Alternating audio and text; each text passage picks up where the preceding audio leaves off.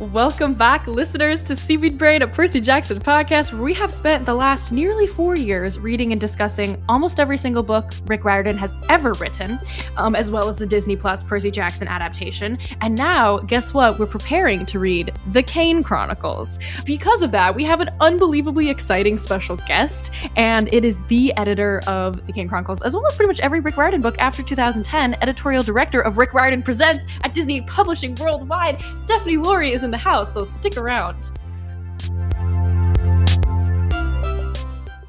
Welcome, Stephanie. How are you today? I'm good. Thanks so much for having me. This has been such an unbelievably long time coming. I'm so excited to finally have you here. Well, Rick's career is so long and varied that we could do this anytime. Exactly. No, I was thinking about how we talked about you so much on the podcast when we were reading The Sun and the Star. You could feel the editing coming into the book because, you're like mashing these two authors together, and then also you were at the book tour. So like that would have been a really logical time to bring you on the podcast. But then like the show came out and like everything was happening all at once. So I'm just happy to have you here now. It's better that I'm not Gorgyra anyway. No.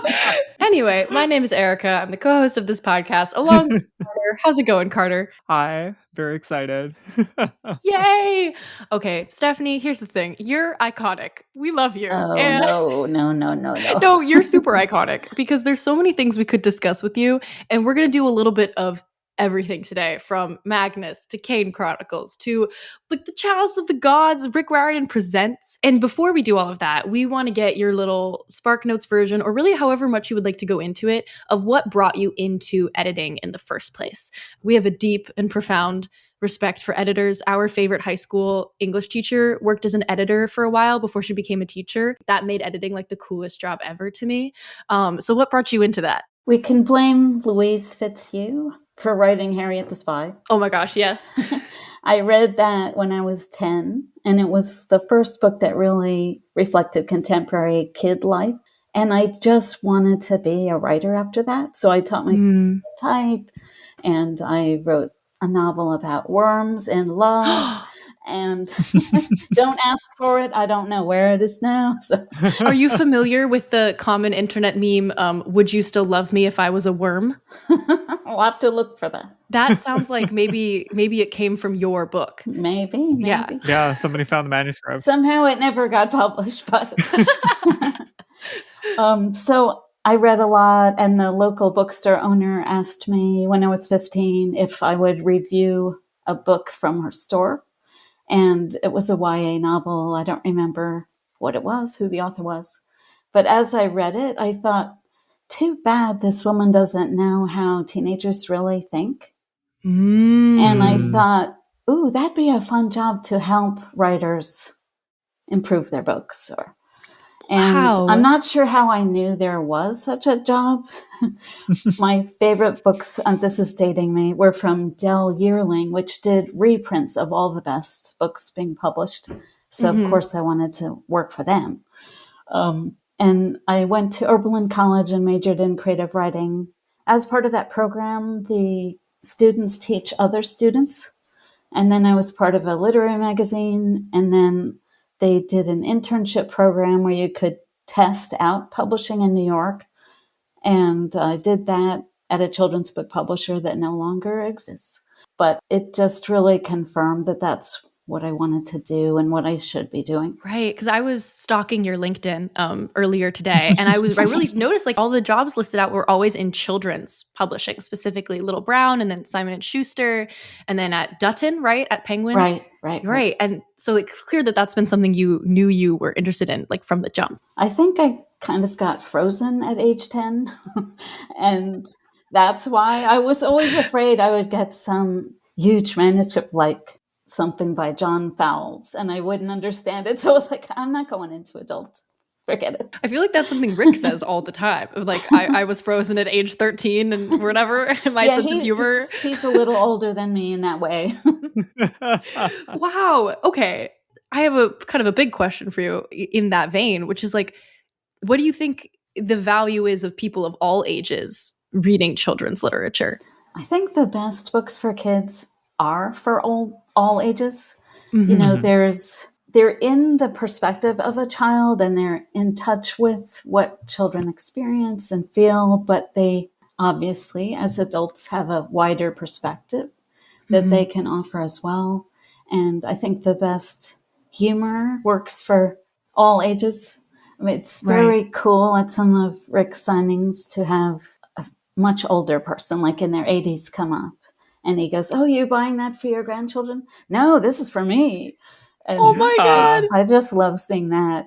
And of course, adults often read to their kids, so it has to entertain them as well. Yeah. I will say it's been amazing in the past couple years, especially of having parents, younger parents, kind of message us on social media and being like, I started reading these books for the first time at age like 35 because I was reading them in my kids and I'm obsessed with them. And they get really into the fandom and that's awesome. Yes. And now they can watch the show together, which is really awesome. Yeah. Yes. Oh my gosh. Okay. How did you get into Disney publishing specifically? Like, what was the leap from Penguin to Disney? So at Penguin, it was many small imprints in one big company, and we all shared the same marketing and sales team. So it was a little bit hard to get enough attention for your books. Right. As an imprint head. And someone from Disney called me and said, "How would you like to do what you're doing now, but you're the only imprint?" And that sounded pretty good to me. Wow. Yeah. Plus, I was like 50 and I'd been in publishing my whole life. I wanted to learn something new. And I thought the media aspect of Disney would be really interesting. Media, like everything that they cover? Like TV, film, I had no experience in that before. But publishing is very small within the huge Disney organization. But you do get opportunities to work on other franchises. Like I've done a Star Wars book, I've done a Pixar book. I did a book with Dave Matthews because the head of the studio wanted us to. So, opportunities like that come up. Oh, that's really cool. Do you get like all the Disney company perks? Like, do you have like special days where you can go to Disneyland? We get an all entrance pass. Yes! Allows you and I think one other person. And then we also get free tickets every 6 months for a couple people. Nice. Yeah. Yes. Okay. Amazing. That's awesome. That maybe. Oh, and who distributes Disney now? Now it's Penguin Random House. We just switched, I think, last year from Hachette. Hachette. Okay. Hachette. I worked as a bookseller for a while, and so I have like a little bit of knowledge about these kinds of things, but not as much as someone who really like works in publishing. I only have the knowledge from like sorting everything, under the return labels at the bookstore, like what goes out to Hachette. Ouch.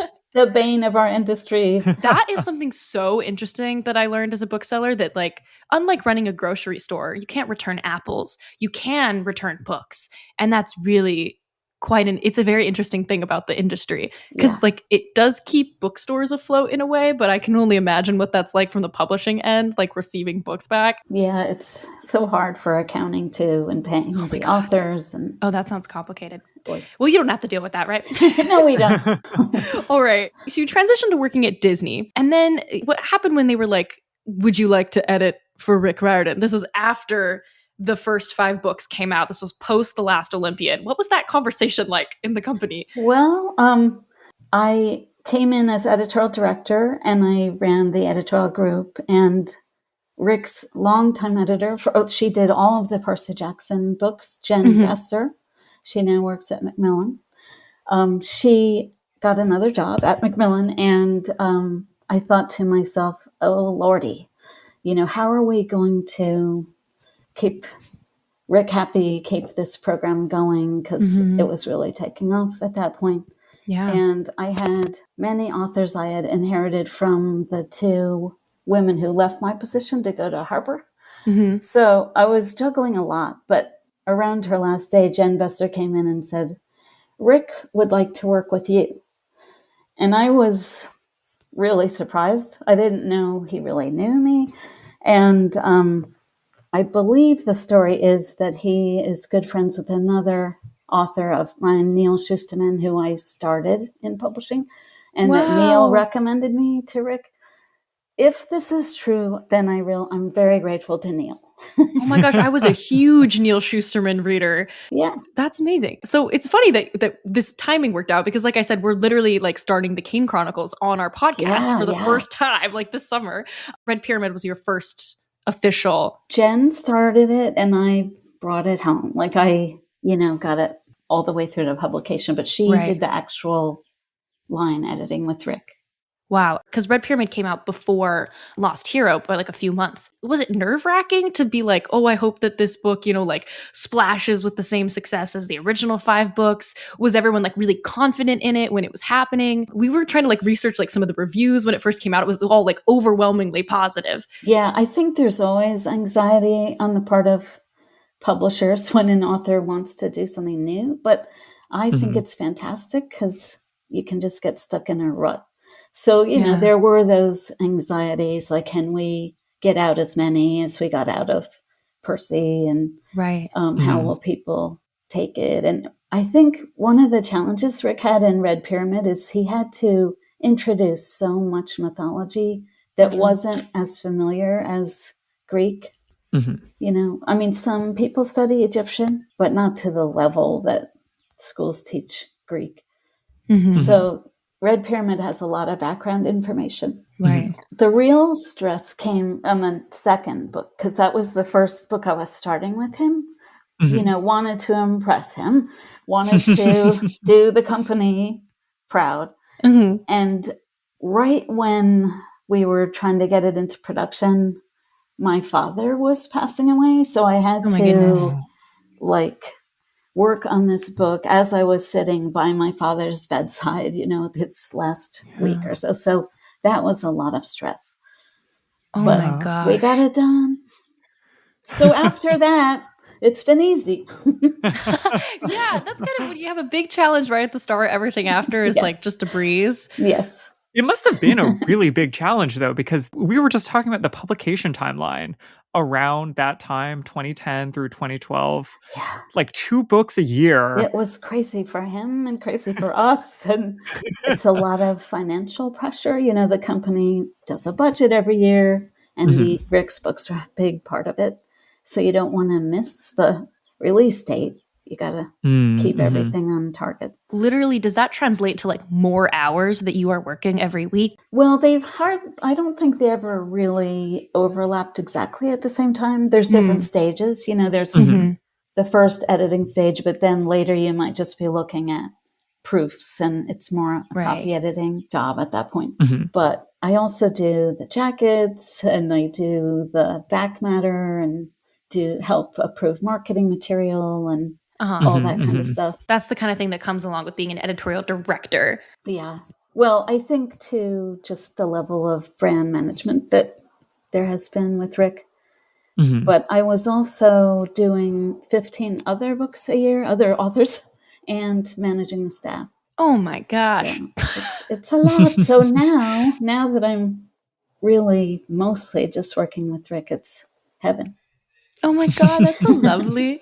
We were, I think this will come out before we do any of our like Kane episodes, but we've already started recording them. And we've talked a lot about, obviously, aside from the Egyptian versus Greek mythology thing, the relationship between Carter and Sadie as siblings is really what sets the Kane Chronicles apart. Totally. So we wanted to ask you, like, what do you love about Carter and Sadie, or that relationship, and what really stood out to you in creating those books together? Well, I love that he had a dual point of view.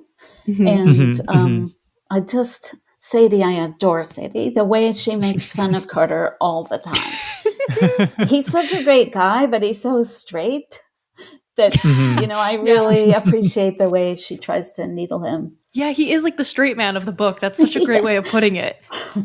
But he's like a rock, Yeah. Couldn't get it done without him. Oh, God. Do you have like a favorite character from across all of the Riordanverse? Like your comfort character? Well, from all the Riordanverse, and Rick already knows this, but Magnus Chase is my favorite series, and Alex is my favorite character. Wow. Okay. I'm actually, okay. Look, I'm wearing pink and green to this day. Oh my gosh, you're literally wearing the Alex sweater vest right now, everyone. I thought of that when I put it on today. Like, is that a subconscious thing? Or Oh my gosh. Stephanie, we love Magnus Chase. I mean, we covered it before we covered Kane Chronicles. Like, we were so excited to read it. Magnus is like one of absolutely my favorite characters from across the entire Riordanverse. I think he's just so sweet. He's like the sweetest. We kept referring to him as our son.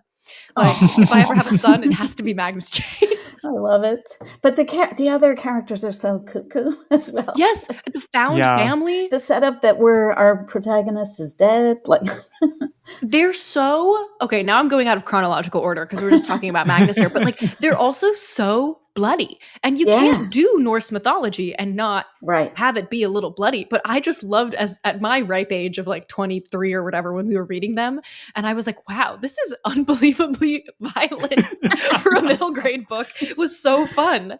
Well, at the time I was working on that, just coincidentally, I was doing my genealogy through Ancestry.com. Oh, yeah. And I found out that I do have Viking DNA. So no wonder I like it. Yes.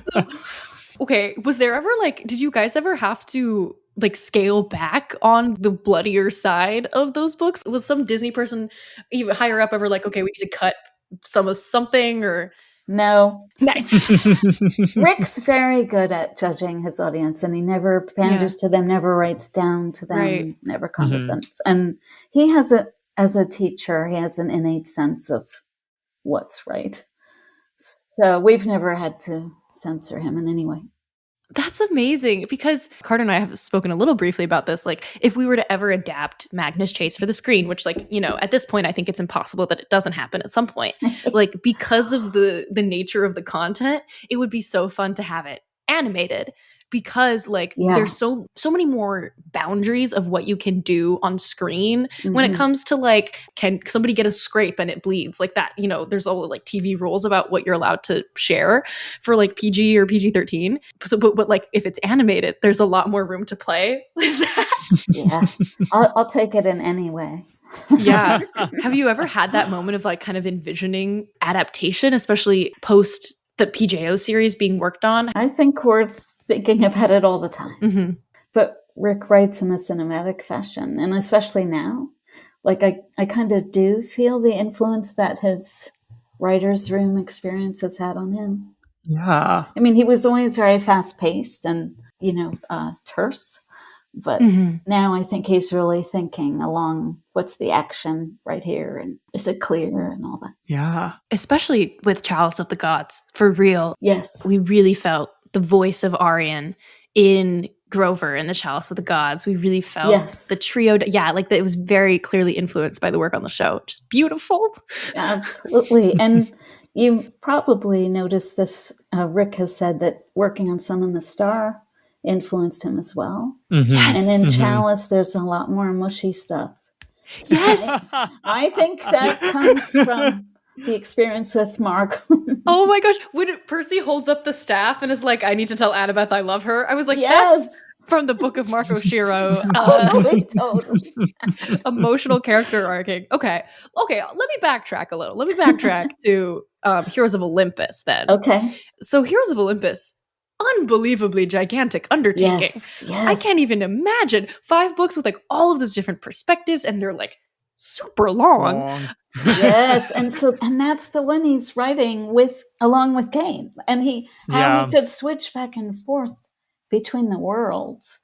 But I love the way he has 5 points of view in Heroes of Olympus, and every point of view just struck me as so authentic, whether it was Nico or Reyna or Frank, or they all come alive.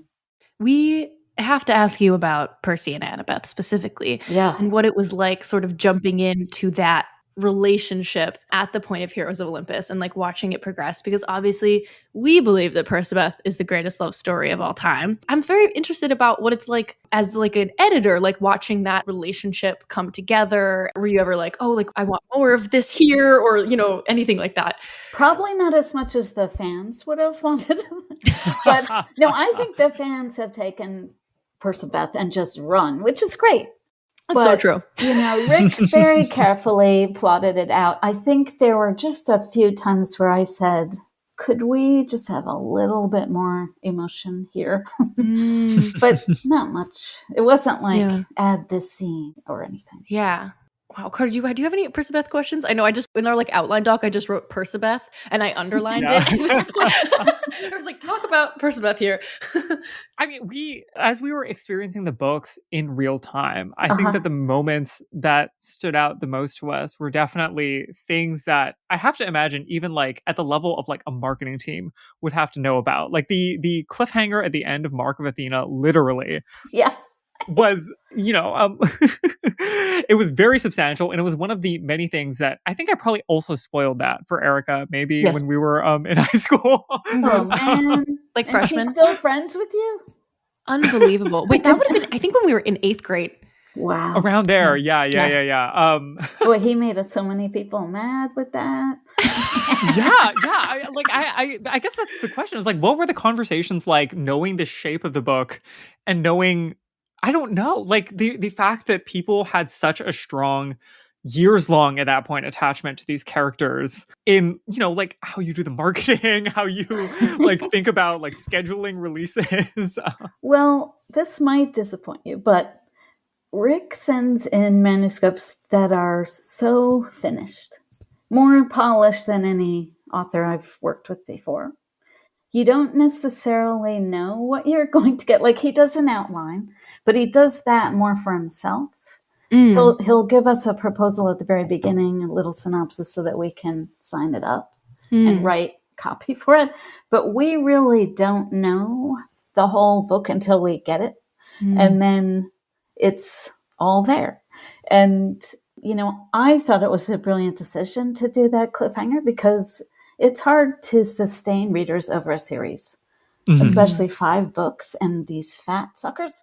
Oh my gosh. So, like, it guaranteed that they'd pick up the next one. Mm-hmm. You also talk about the book jackets. Can we talk about the House of Hades cover? The most beautiful thing I've ever seen. Do you remember the design for that cover, earlier iterations of it? Was it like perfect from the jump? They were rarely perfect from the jump, but we worked with John Rocco, who did all the Percy books and the Kane Chronicles, and we would often have a phone call with Rick where he would talk the story through with John, and then John would kind of latch onto an idea and ask Rick questions about it. And then he would do rough sketches and then rough color sketches.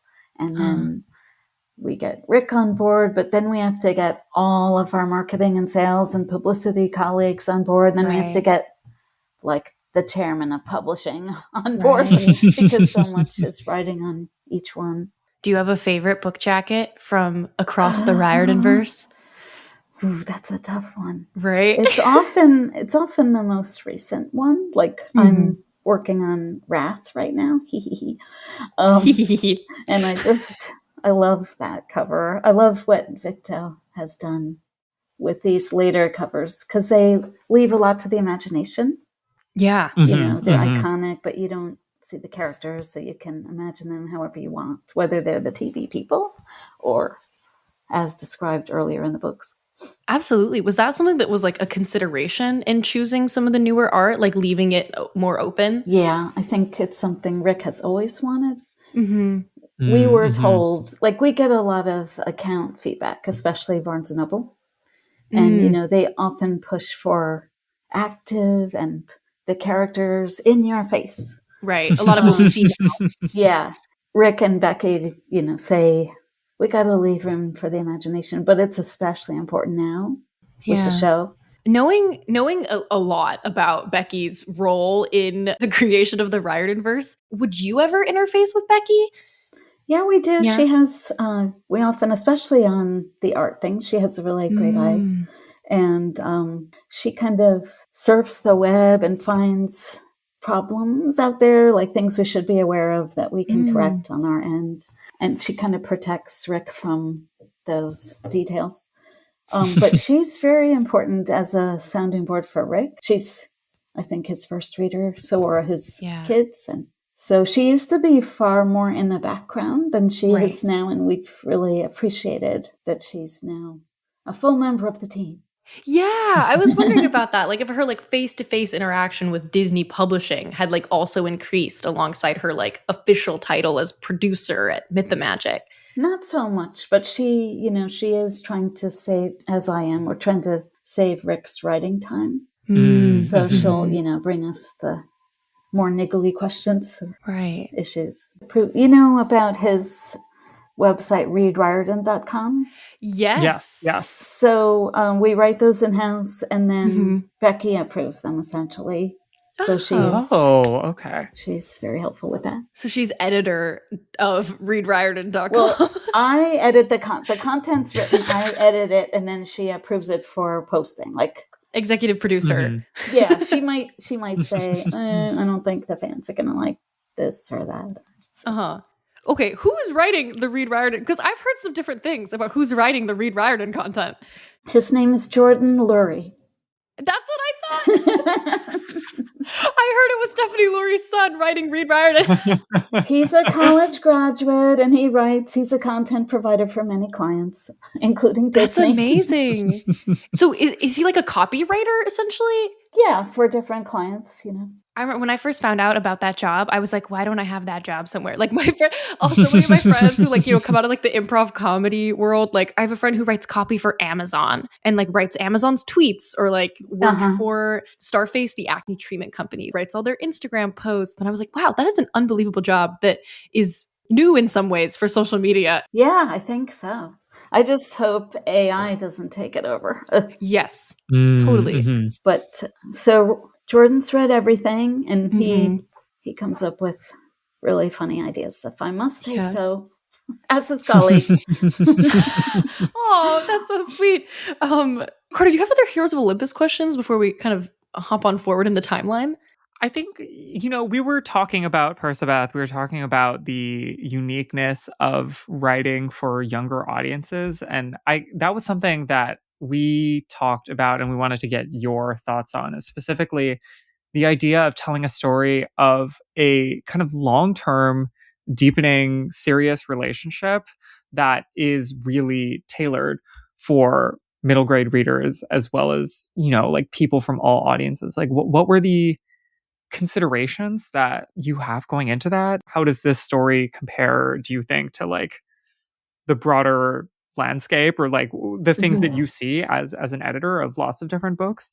Well, interestingly, and I'm sure you've noticed it, like Percy does read younger than Heroes of Olympus, and Heroes of Olympus is more complicated, gets into deeper themes, and so I think he could explore their relationship more comfortably. But you don't see them going to bed together or anything like that. Absolutely. Like that's really the dividing line. Like the emotion is on the page, and they're holding hands, they're kissing and hugging, but that's going to be the extent of it.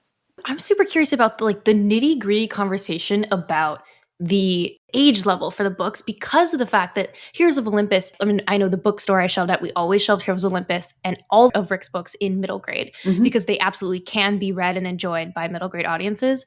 But they also do, like Heroes of Olympus and even Magnus Chase, like skews a little bit older, where like they could also be YA books, but because they can be read by middle grade, and because they fall after Percy, we put them in the middle grade section.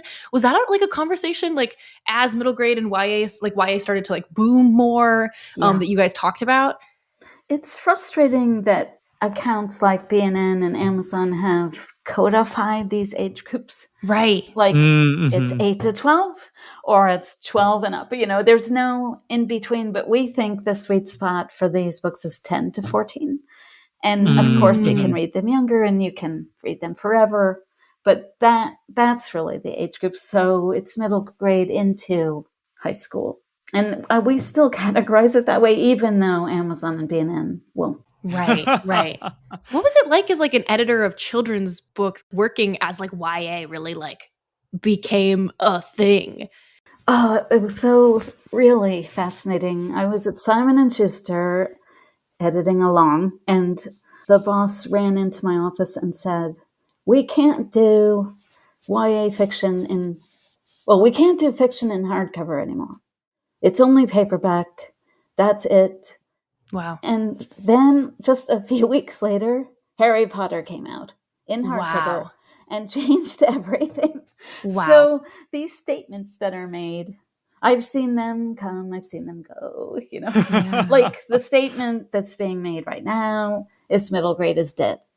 And that's because we're not getting a lot of support from certain accounts for new authors. And I think, that school librarians are struggling with challenges, parent challenges and all that. Right. But I would not give up on any category.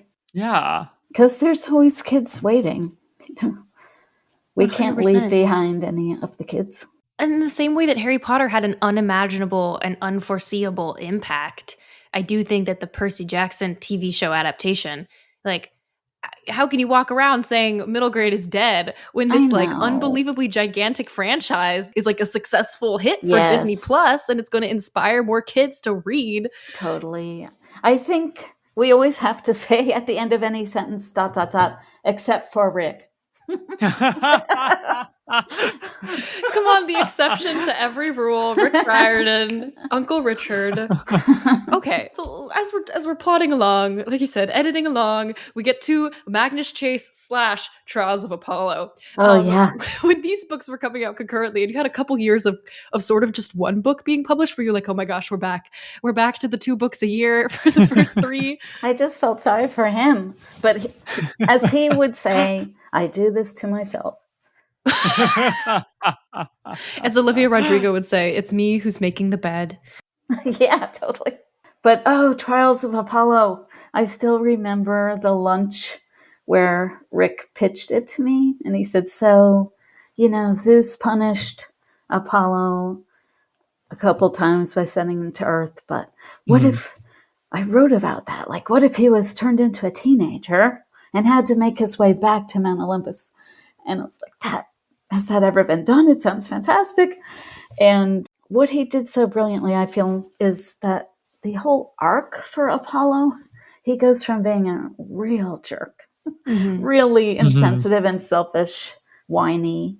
And then at the end, he's your favorite god of all because he's become more human. Yeah. Yeah. And, it's wild that he was able to do that over 5 books and years. Did you have concerns at the early stages? Like in that meeting, it sounds like you thought that this was an interesting idea, but like when we were first talking about the like log line for these books, we were like, we're not following a demigod for the first time. Like, what is it going to be like to be in the head of a god? That's kind of confusing, and also especially when he's insufferable. At the beginning, Apollo is not likable in the beginning, and you really kind of have to really be like with him on a journey. Yeah. Well, again, I admire Rick for breaking those rules. It's like with Red Pyramid, like, can we go to Egyptian? So here again, can we go into the God point of view? But that to me is what makes it creatively exciting, that he is stretching himself. And I appreciated the fans who did stick with it. Yeah, absolutely. I mean, when we first started Trials of Apollo, we were like, we are never going to sympathize with this character. He is out here like making negative comments about Britney Spears. Like, that's unforgivable. Such a fool. Like his haiku is so bad. Like he's so funny, that I think the comedy outweighs the disgust. Right. And also I think Meg was such an interesting, like they made such a great duo where you instantly, I think, care for this very confusing and scary little child who is so strange that you want to know more about her, and then you get to know about them simultaneously. And as you see, like when you see Lester's love for Meg grow so strong, I think that's when you start to be like, oh my goodness, he's just a big brother. Yeah, absolutely. And she starts to crack as well, like soften up a little bit. The Meg arc is one of the most impressive things I think we have received from the Riordanverse. Like it's so authentic, like the way that she ends up processing like her trauma. Again, how was this a middle grade book? Like it's so mature, it's so smart, the way that happens. And I guess to talk a little bit about Magnus Chase, now that we're back in Magnus Chase in the timeline, you said that you love Alex Fierro. Who I had no idea. I mean, I had no idea that was coming. Right. Yeah. Tell us more about Magnus Chase. Like there's a relationship that I think was, again, so exciting because no one was going there in middle grade. But it made so much sense for Norse mythology. It's not like he made up that Loki is, bisexual or shape-shifting, gender binary or whatever.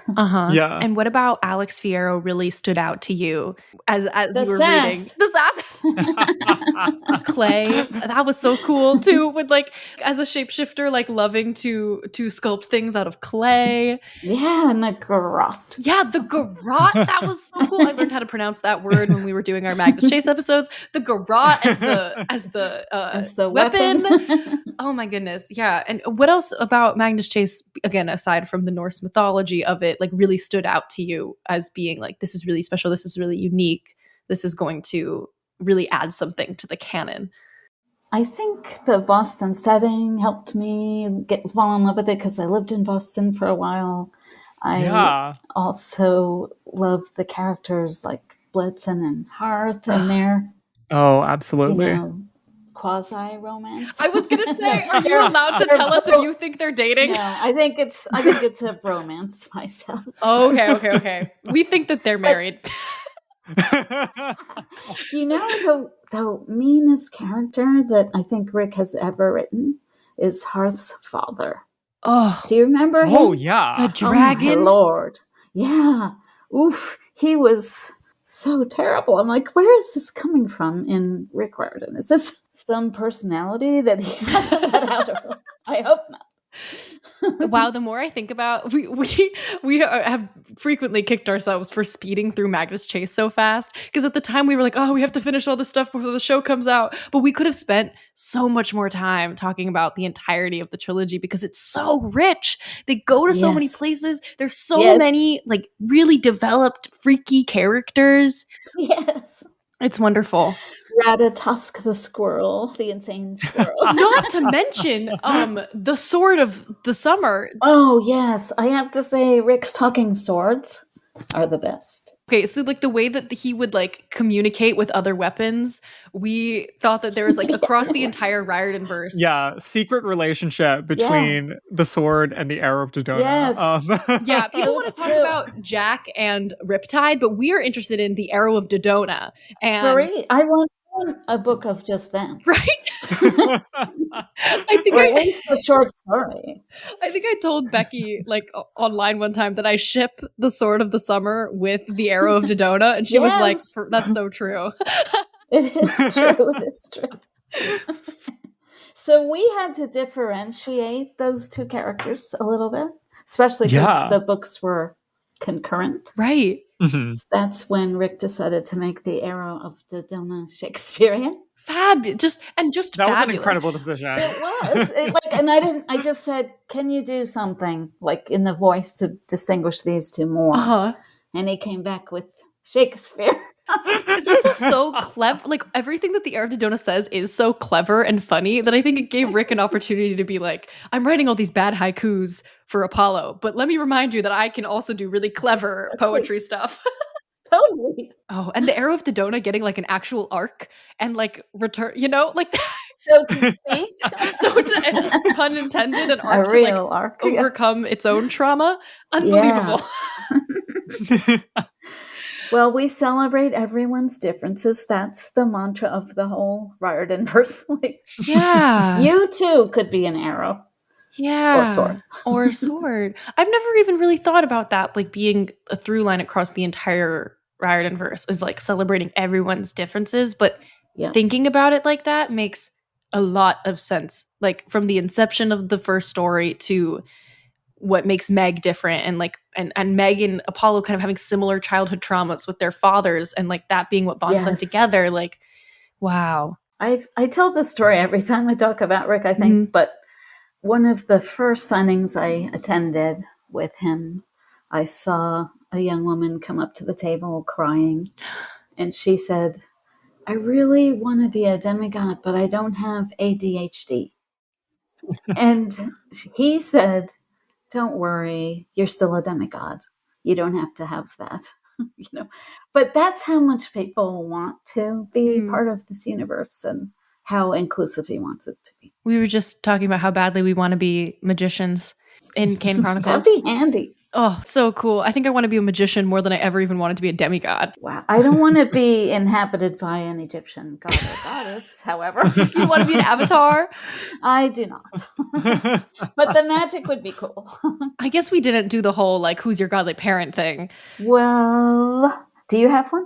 Have you chosen? You too? I flip-flop a lot. Carter's a tried and true Athena child. There's no budging on that one. Okay, that's good. We kind of progressed on from, like, who's your godly parent into, like, what, like, monster do you identify with? Or, like, you know, what demon would you be? Oh, we've really started identifying lately as 2 out of 3 of the Grey sisters. Yeah. Wow. Yeah. That's really a stretch. You know, every time someone asks Rick, who's your godly parent, he changes his answer every time. Yeah, exactly. Because it gets tired. Yeah. We also think about ourselves as George and Martha. Aww. Yeah. Not the hippos, but yes, the snakes. but the Not the hippos, but the snakes. Exactly. I don't know. I think the music part of Apollo, I really admire the writing and the music. Like, we have a lot of interests. Mm-hmm. Exactly. In common.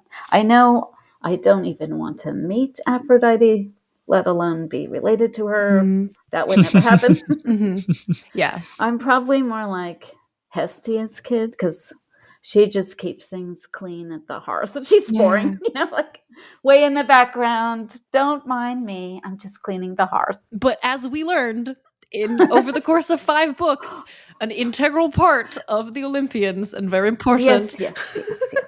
That makes sense, actually. Yeah, I can see Hestia for sure. I've started wondering if we can identify as like children of Persephone, because she doesn't technically have demigod kids that we know about in the Riordanverse, but I think that I want to swing towards that, like goth, but also springtime. So tortured. Yeah. Man, she'd be, I don't know if she's ever happy. There's something about the Hades town, I think, has really brought Persephone back into like our cultural consciousness. Totally. And like also she was great in The Sun and the Star. Oh my God. Oof. We're almost there. We're almost at The Sun and the Star. But first we have to talk about Rick Riordan Presents. Yay! Woo-hoo!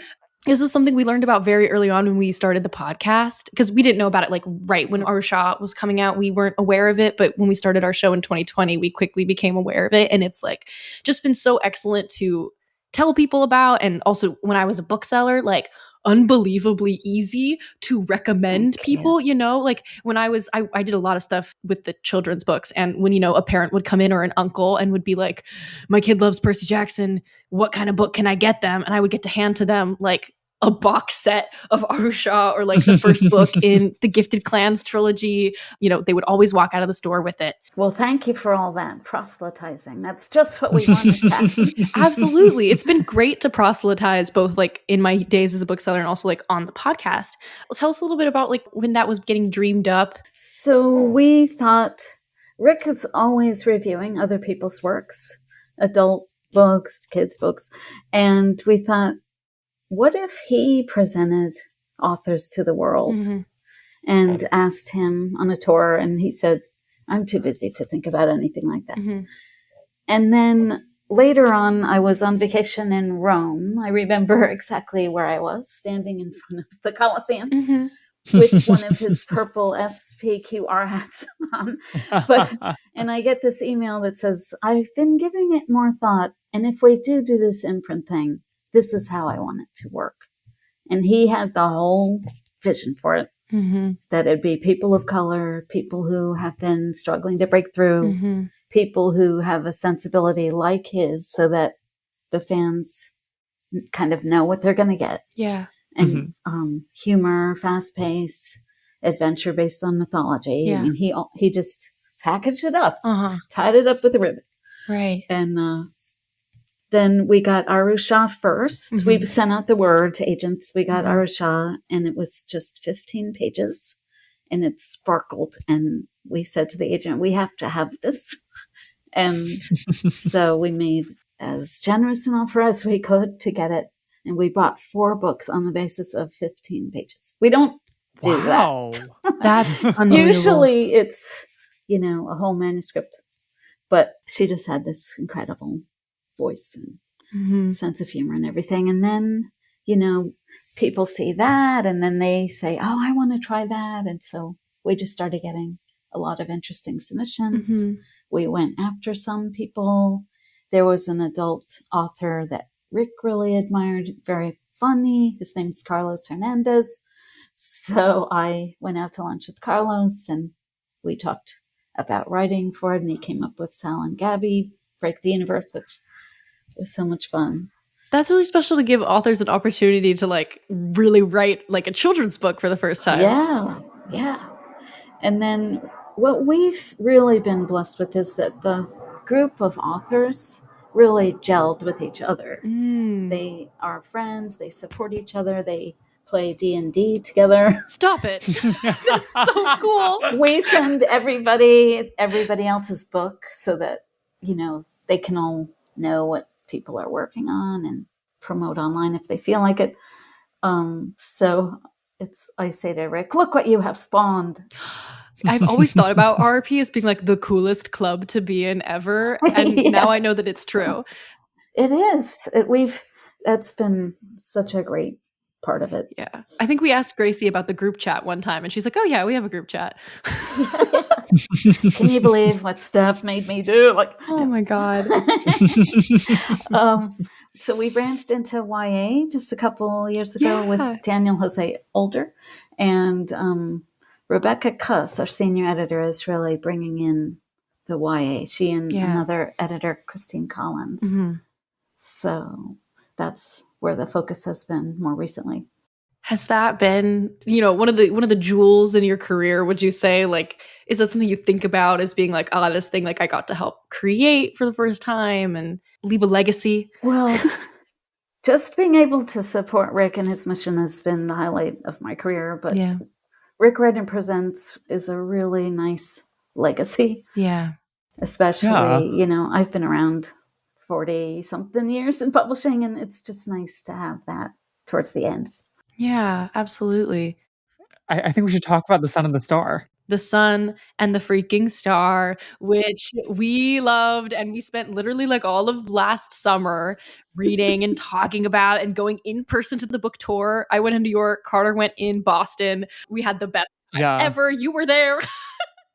Yeah. Where was I? Oh, sorry, Gorgyra was there. I was genuinely so confused because we like ended up seeing you in person like a while after that, and I like Erica like pointed you out to me, and I was like, that doesn't make any sense because I like know what Stephanie looks like. I saw her on tour. I don't get it. That is a true actor. It was very confusing to me. Where's the blue hair? Is that what you're saying? No, you were irrecognizable. You were giving the performance. Transformed completely. Like into a maniac. We asked Mark when Mark came on the pod, which was one of the most special experiences of my life. We were like, whose idea was it? Whose idea was it for Stephanie to play Gorgyra? They said it was yours. It was. Because, you know, we thought Rick and Mark can ask each other questions, but they already know the answers because they worked on the book together, so it doesn't make sense. Mm-hmm. And then I thought, well, Gorgyra is so hungry for stories. Yeah. It just makes sense that she be there and do it.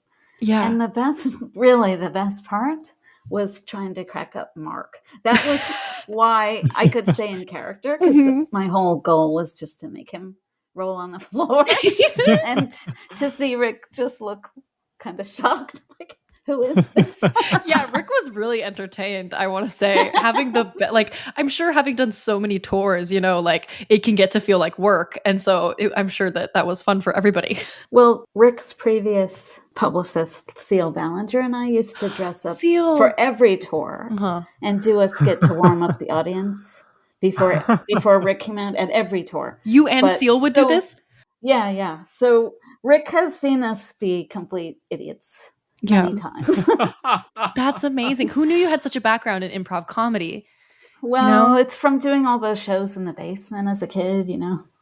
Absolutely. Wait, so the idea came to you, obviously, to ask them questions. When did the idea for the wig come into play? The accent. Well, she's described that way. It's long violet hair, I guess. Yeah.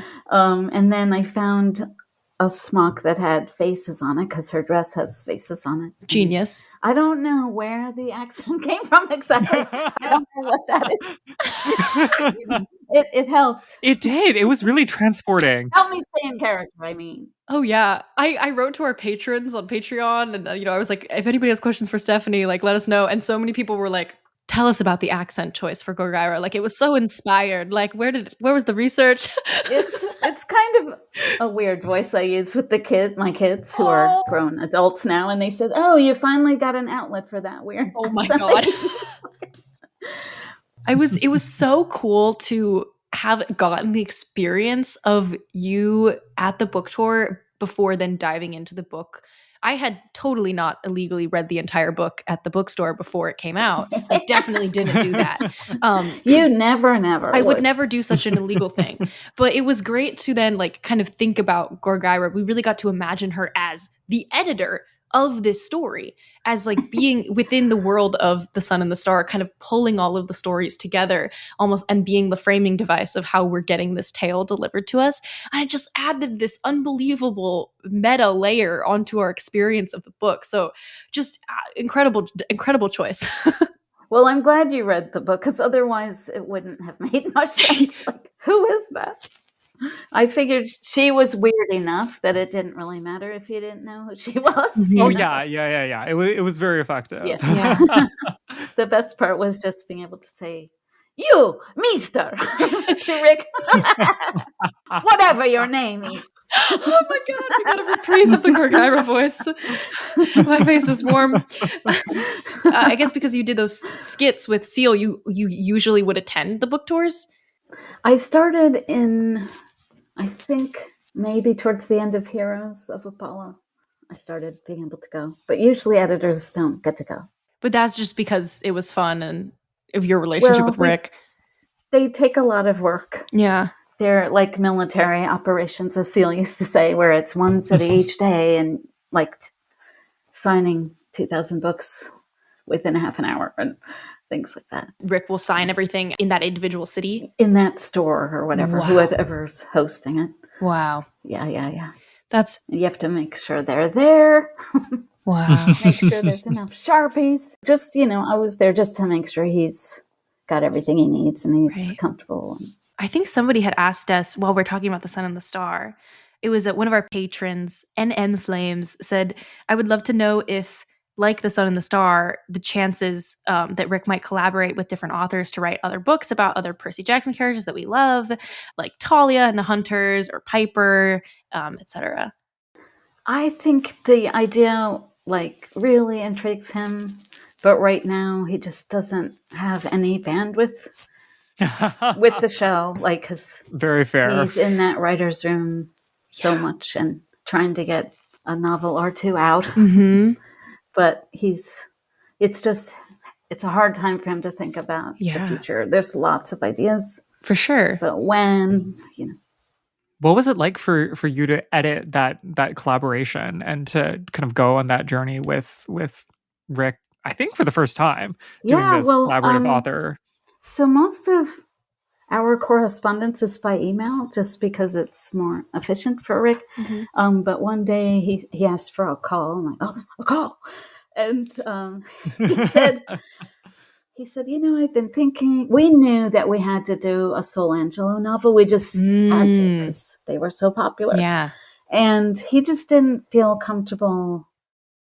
He was worried about writing just a Nico book. That seemed like too much, just one character. Mm-hmm. And then he said, well, how can I write this as a straight white cis man? And so he'd been doing a lot of thinking, and he said, what if we brought in another writer to do half the work? And I mean half, I want to split everything completely 50-50. Yeah.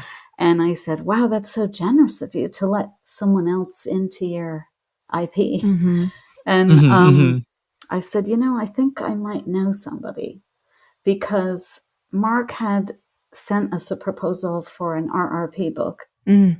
And it wasn't, really? He had, it wasn't right for RRP, but I really liked him. Jen Cervantes, also an RRP author, had introduced me to Mark at a conference.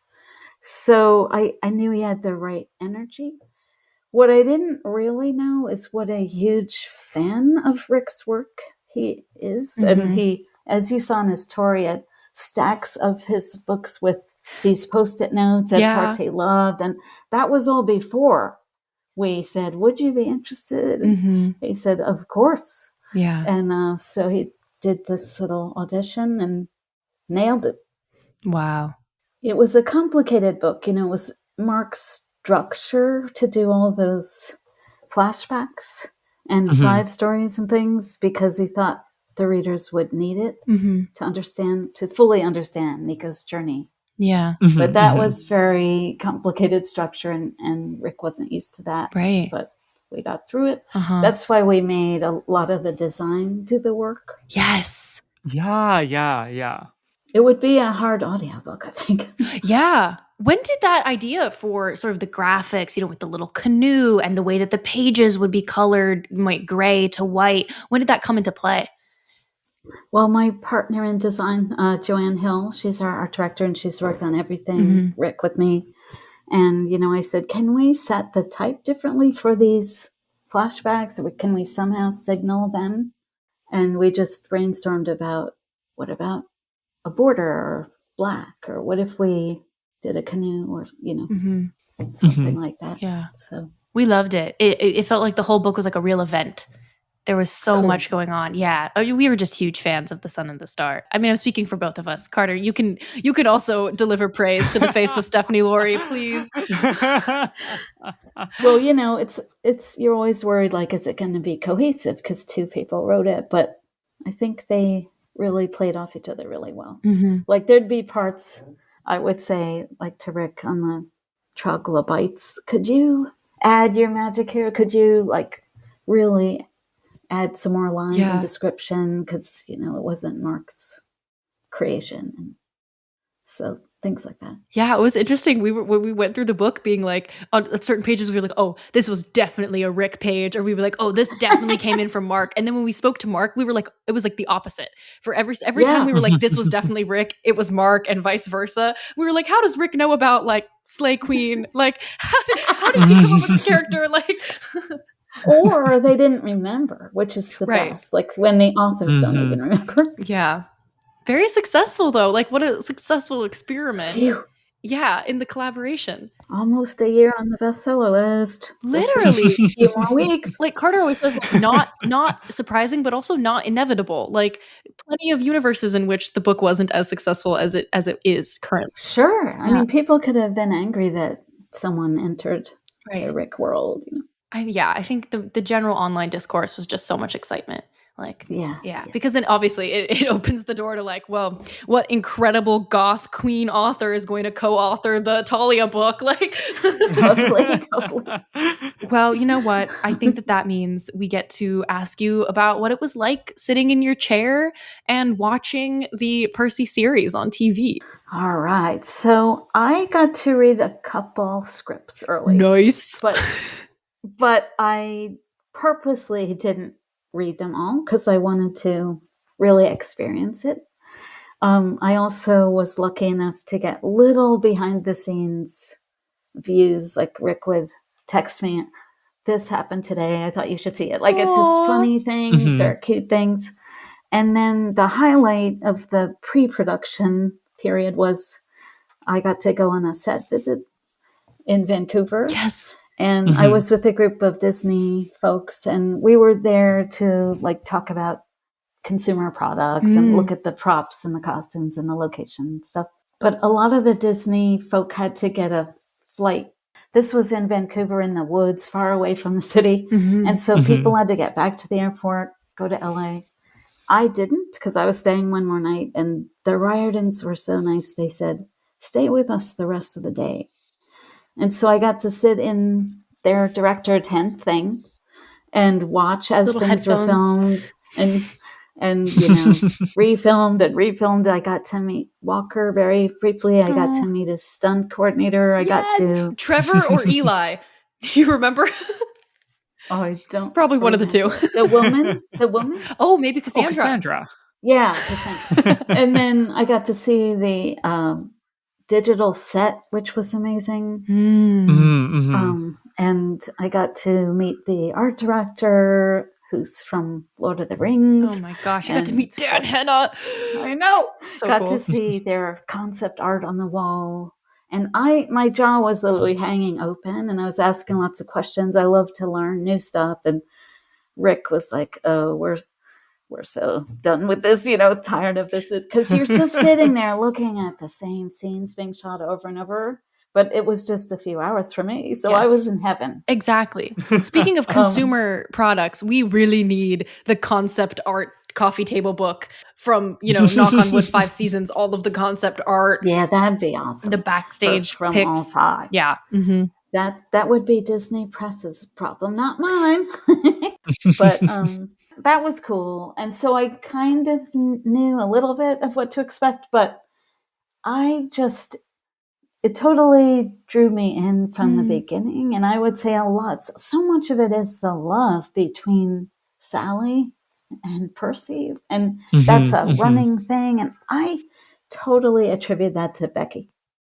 Like that she had an influence over this material and kept reminding them that this is Percy's story about his mom. Right.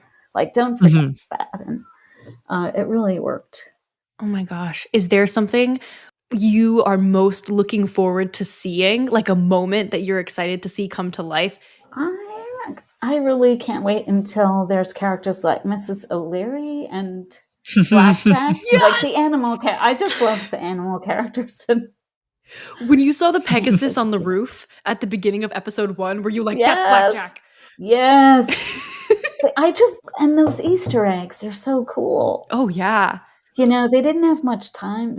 I do think the episodes are too short. That's my one quibble. I think they could be 45 minutes instead of 30. Yeah. But so there were times when I wait, linger on that, or wait, explain that a little. Or yeah, there's so many Easter eggs. It's hard to even comprehend because we take so much of it for granted. Like seeing the automaton, a rhinoceros at the beginning. I don't even register that that's not something that has been explained yet, Right. But it's the world is being built slowly and very specifically. Totally. Yeah. Okay. Well, I think we have a couple closing questions for you here. Okay. I think the first and most obvious is, do you believe Percabeth is the greatest love story ever told? By you, in part? When the kids on tour would ask about that ship, what's your favorite ship? Rick would always say, my favorite ship is Brick, which is Becky and Rick. Yeah. And I can't really read Percy and Annabeth without thinking of Rick and Becky. So, it's hard for me to see them as a separate thing. That's so special. Plus, I'm only 10 years old and I'm not really into the romance part of books. So real, Stephanie. Yeah. No, Alex and Magnus, I'm totally into that. That's because it's the sass, it's the spice. It's like, I'm gonna throw my clay at you. Yeah. You don't know who's gonna say what when. Yeah. Okay, cool. Because I do think Magnus and Alex is just an extension of Percy and Annabeth, in an alternate universe. Maybe. Yeah. Oh, that's really cool. Okay, for sure. So Alex and Magnus maybe slightly on a pedestal, just a couple inches above Percy and Annabeth. Yeah. Okay, cool. Did they ever blend their names? Was yes. there ever a Malix or Fierrochase? Yeah, Fierrochase. Yeah. Right. Mm-hmm. We were all sitting here being like, Malix. I should have remembered. Agnes. Agnes. Yeah, Fierrochase. Is Agnes? Blitzstone is also, like we said earlier, I ship Blitzstone really hard. For me, the only love story that comes above Percy and Annabeth is The Arrow of Dodona and Jack, the Sword of the Summer. Untold love story. Once it's told, then it will make it. Yeah. The greatest love story never told is Jack and The Arrow of Dodona. All right. And then I guess what you're most looking forward to. Maybe that's, you want to like shout out like any RRP coming up, or if you have secret plans for the Riordanverse of Madness crossover book that's going to incorporate all of the pantheons, feel free to tell us about that now. Oh yeah. This would be a great time to drop that news. It was nice working for you, Disney. Well, right now in my inbox, I have the 3rd section of 5 of Wrath of the Goddess. Yay! So it's still not all done, but I'm having a great time. So that's what I'm enjoying right now. Yeah. I'm looking forward to in September. We're so excited to drop whatever we're talking about. Probably like the 2nd Kane Chronicles book at that point, and be like, pause. We have to talk about Hecate and whichever other characters make an appearance. Hopefully some Hazel, hopefully some other characters in there. We're really looking forward to that. You're gonna be happy. From what I've read so far, I haven't read the whole thing. Right. Oh, thank you so much for joining us, Stephanie. Well, thanks for asking. It was great to talk to you. You're welcome anytime. If you ever want to come on and talk about 2 chapters of the Kane Chronicles, you can let us know. Let me know when you're on Nurse Tarwarwet, if that's how you say her name. Okay. Okay, I'm literally making a note of that section. Right now. Would you like people to find you on the internet? I think they can. It's just SO Lurie. Yeah. Follow SO Lurie. Great content. Lots of boat pictures. We love that. Nautical themes, all kinds of stuff. My vision board. Yes, the vision board. Thank you so much, Stephanie. Thank you. And I think this episode will be right before we start the Kane Chronicles, so everybody get excited for that. Ooh, enjoy, everybody. All right, bye, y'all. Bye. Bye, y'all.